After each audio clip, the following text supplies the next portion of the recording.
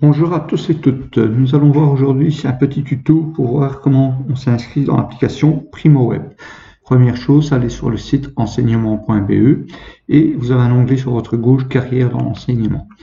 Une fois que vous êtes dans la table des matières, vous avez dans le menu Enseignant, Réforme des titres et fonctions. Vous cliquez cet endroit et on va dans S'inscrire dans PrimoWeb. Une fois que vous aurez cliqué dans PrimoWeb, voici la page où vous avez les liens pour pouvoir aller directement sur PrimoWeb.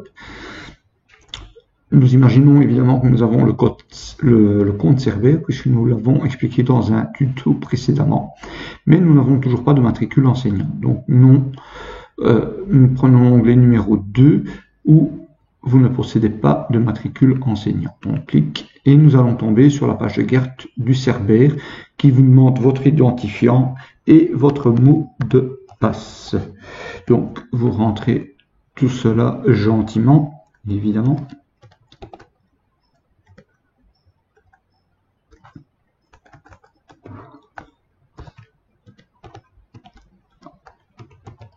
Voilà.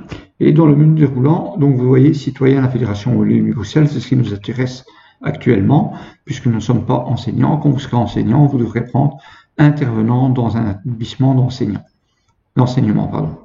Et vous vous connectez.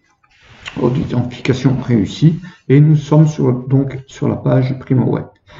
Ce qui va nous intéresser aujourd'hui, ce sont de définir un peu les points de 1 à 7 ici sur la gauche. Vous voyez la page d'accueil est déjà pas mal faite, pas mal de renseignements sont disponibles, donc je vous invite à la consulter.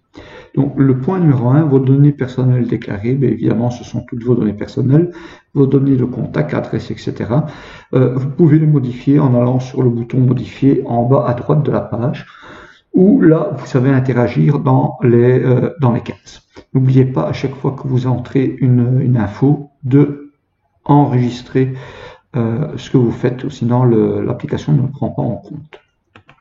Donc une fois que tout cela est fait, on peut passer au point 2, donc gérer vos pièces jointes. Alors cette petite page sert à quoi? À rentrer tous vos documents officiels, donc vos diplômes, attestations, etc., vos validations de compétences, tout ce que vous aurez fait. Moi, personnellement, j'ai fait un petit dossier sur mon PC avec tous les fichiers scannés et à chaque fois, je vais rechercher le fichier dont j'ai besoin. Donc, vous pouvez remplir un peu comme sur le point 1, vous cliquez sur Ajouter, vous nommez votre pièce jointe, le type de pièce jointe que c'est, voilà, et vous allez chercher le fichier dans votre PC. N'oubliez pas à nouveau d'enregistrer ce que vous faites. Donc, une fois que tout cela est fait, on peut passer au point 3, où là, vous allez aller rechercher vos diplômes ou vos certificats complémentaires. Donc, je clique sur Ajouter vos diplômes. Donc, vous voyez, vous arrivez sur une page où vous pourrez, par exemple, moi j'ai un diplôme d'hôtelier, je peux mettre cuisinier dans l'onglet. Voilà, il y a déjà un menu qui déroule, donc je vais prendre n'importe lequel, prendre celui-ci, je vais le sélectionner, et vous voyez au fur et à mesure, vous avez tout qui s'inscrit, et vous passez à la page suivante, où je vous invite à chaque fois à le faire. Quand vous arrivez au niveau du point 4, vous enregistrez à nouveau tout.